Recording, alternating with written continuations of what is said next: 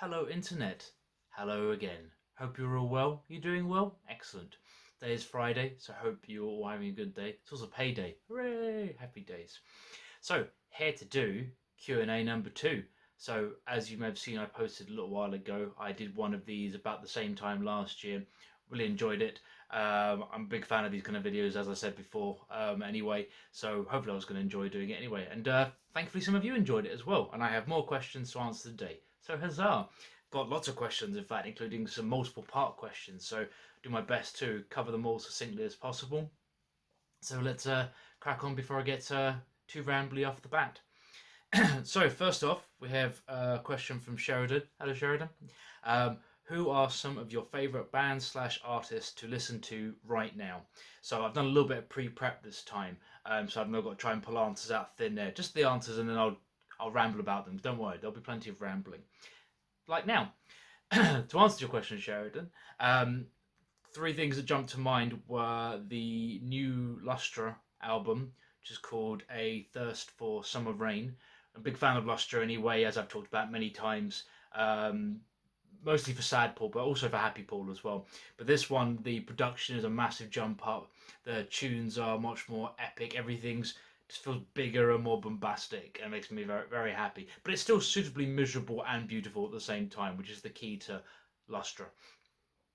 Also, as I've also banged on about on social media stuff, the new Sobriquet EP is superb. Apotheosis, which hopefully I'm not butchering the pronunciation of entirely. Yeah, again, similar to the Lustra thing, massive step up in terms of production. The songs are super tight. It sounds like it sounds pretty much perfect, or as close as perfect as what I can get. So, but they know I've been raving about that album. Got my copy of the cassette literally sat behind me as well, thinking about it. And a slightly left field one outside of the kind of heavy music realm is some of you may not be aware of the fact that I have a little side enjoyment of some hip hop and rap type stuff. Like a lot of kids from my era grew up with like Dre and Eminem and Snoop Dogg and that kind of thing. But one that's come to my attention fairly recently for a really cheesy reason is Tech Nine, who I first learned about because of the Anthony Vincent 10-second songs.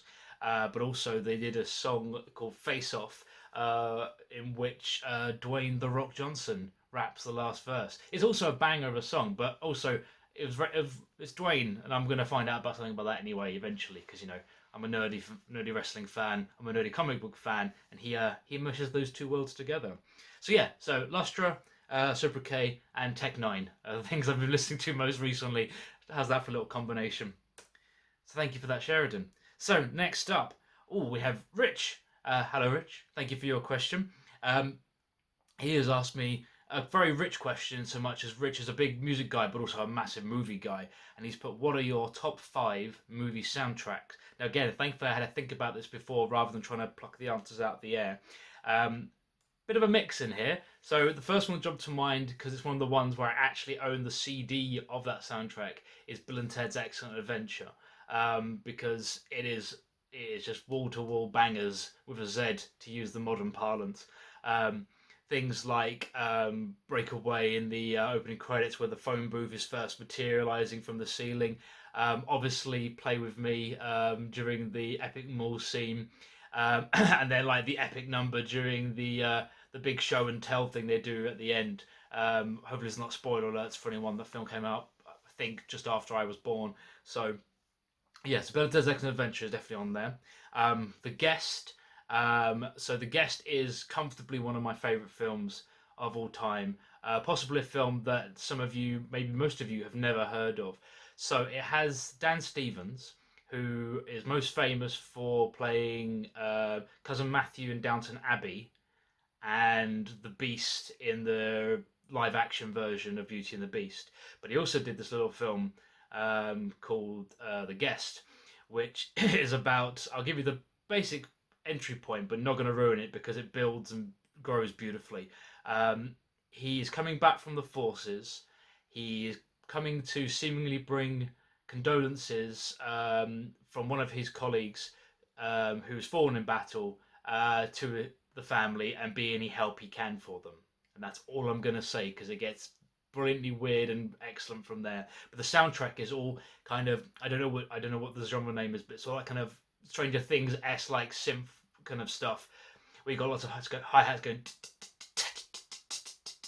and lots of epic synthy keyboards and stuff. So, but yeah, that just all the way through that great songs, and it suits the mood beautifully. Also responsible for a song that I'm obsessed with as well, called Antonio, by an artist called Annie, specifically the Berlin Breakdown version, which is the one that's used in there. Best use of a key change in any film ever. I can't talk today. I've really got too much monster in my system, but you know what's new there. Number 3, another one I own the CD of, which is Guardians of the Galaxy. Now, most likely, most of you have seen Guardians of the Galaxy by comparison. Yeah, it's just hit after hit after hit, and they managed to do the thing of taking lots of older songs, and particularly some very well-known older songs, but not feel like they're shoehorned in. Like, I'm a massive fan of Watchmen, and I really love the soundtrack of Watchmen, but I know there are some people who feel like some of the songs are really kind of shoehorned in, basically because he liked the song rather than it fit the movie. Whereas Guardians, I think, blends them really well. Like when they're entering the big skull of nowhere to Moonage Daydream and things like that. Just, chef's kiss.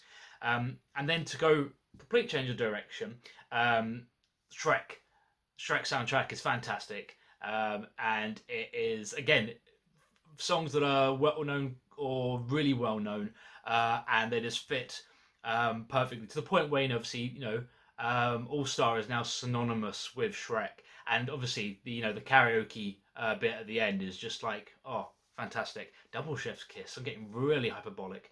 And then lastly, again, a little bit left field, but Monsters Inc. Because the kind of slightly jazzy,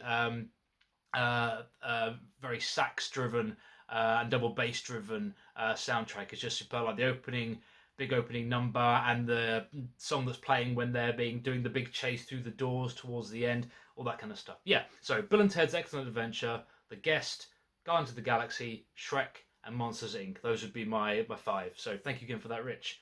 Next, a slightly shorter question, but a very poignant one from Mike. Hi, Mike. Good to see you.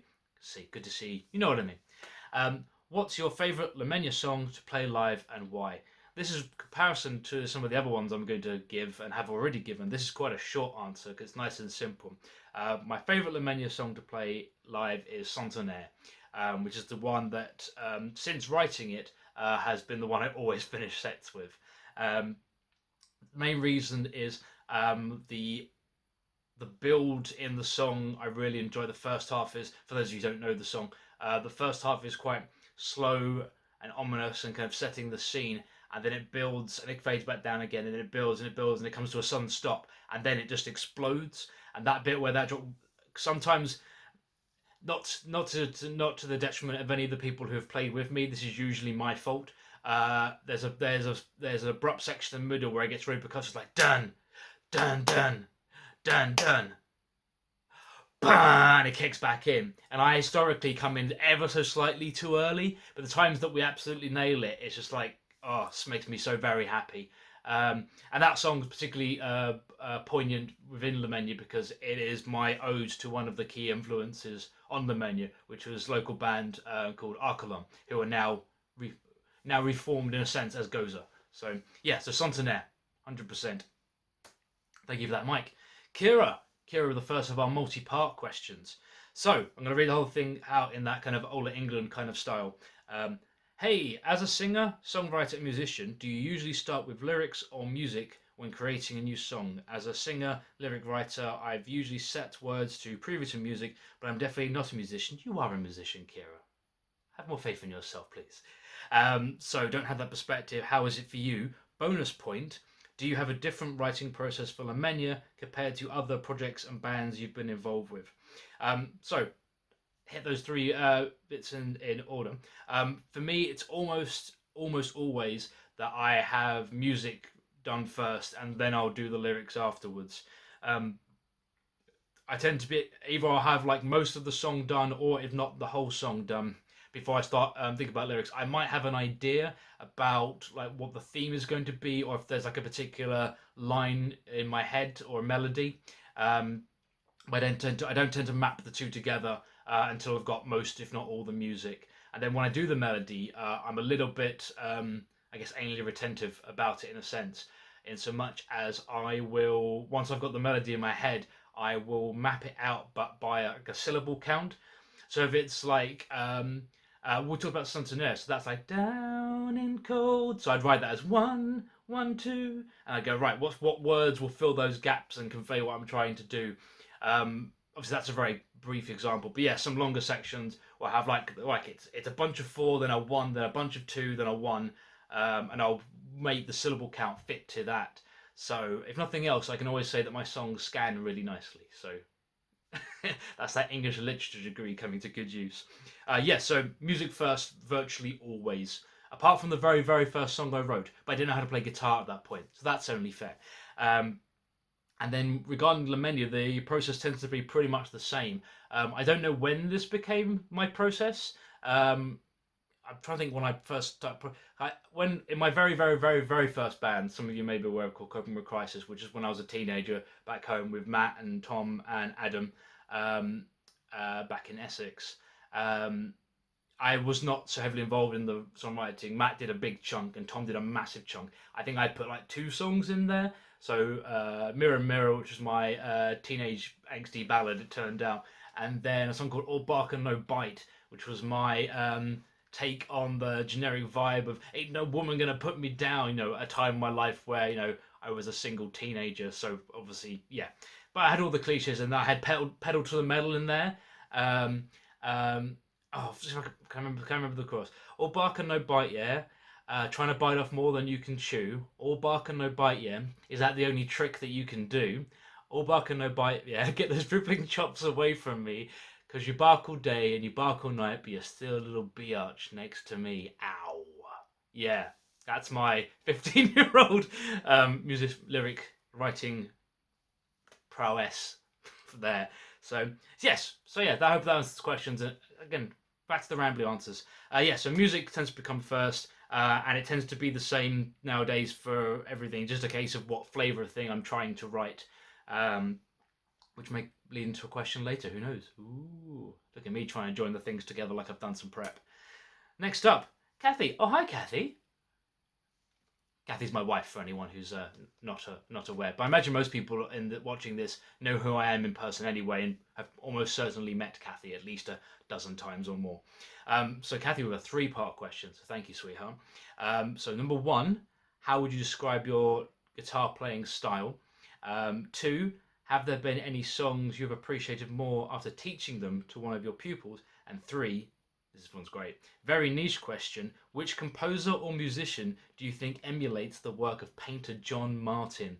Now, that might sound like a real kind of like left field thing, but one of the ways I realized I was becoming a grown-up is that I now actually have a favorite painter who's called John Martin, who you may have heard of because my understanding is from a much more informed friend about paintings, is that he would tend to be commissioned to do these small pieces, which he'd put like in the bottom corner, and then make these epic, swirling, monstrous landscapes of like basically the earth crumbling and like fire raining down. Totally written a song about one of them. So there's a painting called "The Destruction of Sodom and Gomorrah," which inspired my song "Wake the Flood."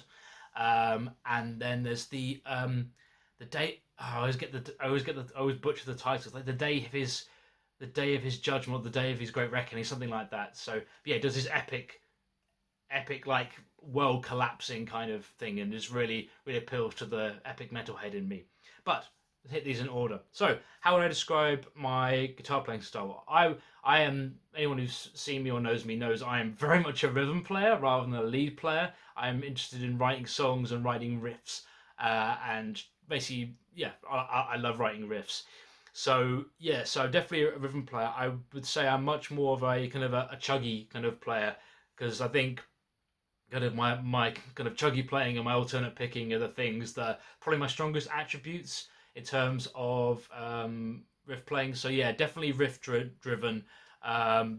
downpicking is not quite where it should be in terms of being a metalhead, but I haven't played pop punk for quite a while, so and that does a lot. I'm not going to mind downpicking because it will look gross on video when you can only see the top half of my body. Let's not go there. I'm not going to get my video, barred.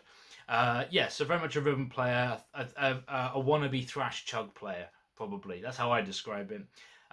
Any songs you appreciated more after teaching one of your pupils? This gives a nice callback to the first Q&A where I talked about Oasis. So, still not an Oasis fan. Let's be clear about that from the off. Apart from one song still, which is The Importance of Being Idle, because it doesn't sound anything like Oasis. But I have talked half the world away to quite a lot of pupils. It's a good one for building on open chords once you've got them, adding in some variants, things like going from the F major open chord to the F minor sort of open chord. So yeah, I appreciate that song much more now from a musical perspective, and the words are quite nice, and it's Noel rather than Liam singing, so it's listenable. So yeah, that'd be the one that jumped to mind. And then to the John Martin question, the thing that immediately jumped to my mind was the band Insomnium, specifically the album Winter's Gate, because they are again one of the key influences on Menhir. They make these huge sounding atmospheric songs, which are kind of crushingly heavy, but like soul-fillingly anthemic as well. Like Down with the Sun is like comfortably one of my favorite songs of all time. The kind of band that when you see them at like 11 o'clock in a field in Derbyshire at Bloodstock, and it still feels like, despite the fact it's glorious sunshine, it still feels like a storm is coming. That's the kind of band that you need for a John Martin painting. So yeah, Winter's Gate album. It's a seven parts, one song album. But each one's got their own kind of distinctive flavour. So yeah, Winter's Gate, Insomnium. That'd be my John Martin answer. Thank you for the triple question, Kathy. Next up, I think my computer's gone to sleep. Got my laptop on my lap, because that's where laptops go, obviously. Okay. Hi, Joe. Thank you for your extremely nerdy question. What's your favourite mode to write or listen to? Do the modes give you different vibes? Now, for those of you not who aren't music theory nerds like myself and Joe, so a mode is the kind of essentially the collection of notes within based on whatever the root note is. So if your song is in C, but it uses this selection of notes, it's one type of mode, or if it uses this selection of notes, it's something else. So I won't bore the premise of that, although you can, just out of shot is my my teaching notes about modes over there, but I'll spare you that now. In terms of being a metalhead, as I am, a lot of what you hear is minor scale stuff, so which is technically Aeolian, which is a great word, nearly all the vowels, and then a lot of Phrygian as well. So Phrygian is how you get that very kind of nu metal-esque kind of 0-1-4 kind of riff. So anything with like a 3 semitone gap in, those kind of scales, and those ones are really happy. So again, just to drop some nerdy, so things like your harmonic minor scales and your Persian or Byzantine scales, which have those, most scales, very, very brief music theory lesson, most scales have a gap of either one semitone, so like C to C sharp, or two semitones, or a tone, so like C to D, for example. Those tend to be the building blocks of most scales. Whereas things that have a harmonic gap, because they couldn't think of another word for it, is the way that it goes a 3 semitone gap. So that'd be what, C to D sharp. And that gives a very different feel, for example. A really easy example of that is Come Out and Play by The Offspring. So that that's I think that's a Byzantine scale riff. So yeah, so those would be the two that jump out immediately. Hopefully that was satisfactory nerdy for you, Joe. Hopefully you approve. We're already at the 20-minute mark. This is great. I think I'm only on like the fifth answer maybe. Cool. Gaz. Hi, Gaz. So Gaz also with a triple question. A very interesting mix of ones as well. So first up, we've got, if you were to curate a playlist where each song represented a member of the Avengers, nerdy points, what would it look like? Number 2, back to our modes. Any particular mode that you specifically like to try your hand at writing and why? And then 3, are there any instruments you don't currently play you'd like to learn? So if I'm going to do these backwards, because the longest answer's the first one. So in terms of instruments I don't play that I'd like to learn, historically I've always said double bass, and I think that's pretty much still true. I would be very keen to at least have a decent stab at it. But it's quite an unwieldy instrument, and my house is already quite full of instruments. So I'm not sure that's going to happen in the immediate future, but if I could facilitate trying it at least somewhere, that'd be great. No, in terms of no particular types of modes I want to write, but is something, as A music teacher and B as a nerd, that I would like to have a go at writing at least something in all of them, just so I can kind of hear the difference. Maybe something like write one in one and then transpose them to the other ones in terms of what the intervals are, and then just get an idea how the difference sounds. And maybe that could be a thing. So yeah, at some point, all of them is the short answer. Now, the Avengers one, I had a good think about this one. I'm quite happy with this list I put together, and the ramble that will come with it. So, start with Iron Man, obviously, because he'd be very upset if he didn't go first. We know from the films that he's a big kind of classic rock guy. He's got wears Sabbath shirts. He has AC/DC songs when he enters the screen. But I didn't pick either of those 2 bands because I thought that'd be a bit too obvious. So I've gone instead for Highway Star by Deep Purple. Same kind of energy, very kind of self-absorbed as his classic, kind of early MCU Tony Stark. So I figured that one would work nicely for him. Captain America, obviously he's of the Second World War era, so 1930s, 1940s. But what I've done is I've picked a kind of a modern take on that whole kind of vocal harmony group. So there's a group called the Papini Sisters, who are fantastic. Saw them at the Leadmill a few years back, probably a few beers as well. A few years back with my sister and my mum, and yeah, they were fantastic. So they do a modern version of that kind of Nolan Sisters close harmony work, but they integrate some modern elements into it as well. So they're great fun. So I think, in the spirit of Captain America being rooted in his kind of his older traditional ways, but trying to embrace the modern world a bit more, I thought that'd be a nice fit.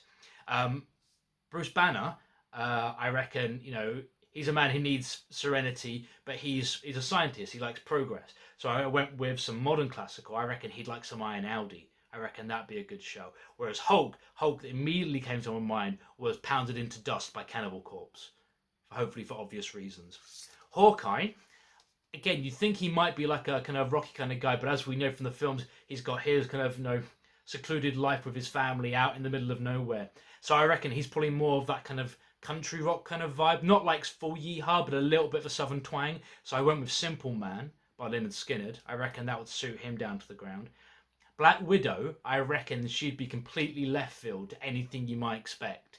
Like, I think you could potentially think that she might be a rock person, or she might be into something like more modern, like some modern female hip hop, like a Cardi B or a Megan Thee Stallion or something like that. But I reckon, knowing Black Widow and how you never know the true version of her, it's probably something completely left field. So I've had to take a wild stab in the dark at Gypsy Kings. Like their version of Hotel California, something like that. And then Thor was probably the easiest in the sense of it needs to be heavy, it needs to be epic, but it also needs to be a bit silly. And the band that fits that bill, for me, in my head anyway, is the band Equilibrium. So if you check out things like Born to be Epic, or Blut im Auge, which I think means blood in eye, but my German's rusty. So those would be my things. So to recap, Iron Man, Highway Star by Deep Purple, Captain America, anything by the Papini Sisters, Bruce Banner, anything by Iron Audi, Hulk, Pounded into Dust by Cannibal Corpse, what a tune, Hawkeye, Simple Man by Lynyrd Skynyrd, Black Widow, Gypsy Kings, and then Thor, anything by Equilibrium. But let's go with Born to be Epic, just for the mix of epic, silly, and heavy in that kind of Ragnarok kind of way. Hope that tickled your fancy there, guys. I'm having a good old ramble today. Oh, and now we're moving into baseball, which I think means we're getting towards the back end. Thank you again for all these questions, and I really do appreciate it, because I don't need much of an invitation to ramble, even when I'm sat in a room by myself talking to my phone. But you'll get to enjoy going. It's just like being in the room with Paul, except I can pause him or mute him. God, actually, that's probably better for some people. But anyway, Enough self-deprecation for the moment. Talie, hi Talie. I'll go. What's the most challenging bass riff you've ever had to learn? Nice simple answer, Sejuk. So the run in the middle of Sejuk is a complete pain in the bottom. It's brilliant, it's superb, the song is epic, Stevie Wonder's a genius. But there's no real thread or continuity to it, and it jumps about all over the place. Obviously, there are more complicated bass things, but in terms of things that I've actually tried to learn, in fact, I've actually taught that, but very slowly, obviously. But yeah, Sejuk, particularly the run in the middle, the etc. Side note, at my wedding, we did that song as part of like a covers set type thing that we did with different guests. But unfortunately, the trumpet player had an accident with their trumpet. They weren't harmed, but the trumpet was, just to be clear. So I had 2 days to try and figure out how to play that on keys, having never played the song, and also I don't really play piano. But you know, I gave a 6 out of 10 performance, so it was fine. So yeah, Sejuk, Stevie Wonder, the most challenging bass line I've had to learn. Cool. I think we're on the penultimate question now, if I remember from my prep rightly, and we're just under the half-hour mark. So okay, this might be a slightly watchable video. I'll put timestamps in for where the questions are, so if people want to jump to specific things or skip past things, they can do. Nice simple question from Dad, aka Stevie, aka Seagate Brewery. Hey Dad. Simple question: fingers or pick on bass? And I'm going to be really lazy. I'm going to say both, because there is a time and place for each of them. From a metal standpoint, I prefer the pick sound because it's brighter, it's got more attack, and you can have that kind of tighter, I guess that tighter rhythmic element, like a heavy riff that's got palm muting and distortion. Whereas finger playing, I like for kind of other styles, like kind of more poppy styles or Motown styles, because it's got a much smoother sound, a much warmer sound. Although actually, my absolute favourite sound, other than the sound of a Thunderbird bass, is that kind of P bass, clangy pop punk style, which is very pick driven. So yeah, but bit of both, which I appreciate is a slightly lazy answer. But yeah, I think they both have their merits. But yeah, for metal I prefer a pick sound, but then for like rock and Motown, and like when I do like cover sets for people, I try and do fingerstyle. I'm not brilliant at it, I won't lie. I'm pretty good with these two. I'm passable with this one, and I'm dreadful with my pinky. And I can do bunka on a slap, but that's about it. Don't ask for more than that. Okay, so last question, and thank you again for all these questions. And it's been quite nerdy, so we're going to finish on the nerdy question from Hannah. Hi Hannah. What's your favourite piece of nerdy music? So I've put two. One from each of my kind of particularly nerdy realms, one being wrestling and one being comics. So you know what the second one is, because you can see at least one, if not two, maybe three Batmen behind me. So the obvious one is the Batman theme by Danny Elfman from the Tim Burton Batman movie. Don't love that film as much as I love the Nolan ones or the recent Robert Pattinson one, but that for me will always be the Batman theme. Particularly because, you know, part of it got used in the animated series intro, and animated series gives us Kevin Conroy, who will always be the voice of Batman, which then gives me the Arkham games, which are superb. Although I've only played the first two in depth. I have got the third one down here. Thank you, Colonel. I will eventually get to playing that at some point when I stop playing Skyrim. And then the other nerdy one is from one of my other loves, which is wrestling. And picking a favourite wrestling theme is tricky. But the one that kind of just about comes to the top above everything else is one of the Sting theme tunes for WCW, when he went from being the colourful surfer Sting to the black and white monochromatic baseball bat hanging out in the rafters, Crow-esque Sting. And the theme for that is superb. It's simple kind of string quartet with some big pounding like timpani drums in the background. Yeah, it's absolutely fantastic. So the Batman theme by Danny Elfman and the Crow theme, Sting, from WCW. And that is all the questions. So thank you very much for listening. If you've made it this far, about the 30-minute mark of the video, although I did have a preamble beforehand, so just shy of 30 minutes. So either way, if you make it this far, thank you very much. It's much appreciated. Thank you to everyone who sent me questions. As a small way of additionally saying thank you, down below in the description, because that's where descriptions are in YouTube videos, I have put some links to some of the projects that a lot of the people do. So like Talie is a musician, for example, with a band called Tiga, and Rich does audio podcasts for Harmonic, who I did a commission for as well. And Kira's an artist, and Gaz is a promoter, and Dad's a brewer, and my wife is a photographer. So I've put links to all their stuff down below. I'll also put links to the songs and the. In fact, yeah, I'll put all the links down below. Everything I've mentioned will probably be in the description down below. And shout out to Dean and Great Enough Star for my fine threads for this video. Excellent! I made it through in one take again. Hooray! So, thank you very much if you've made it this far. I will definitely look to do another one of these. Maybe make it an annual thing. Why not? It could be an annual treat to myself when I get towards once the new school year starts. So yeah, thank you very much if you made it this far. Thank you very much for listening. Thank you for your questions. And yeah, have a most excellent day.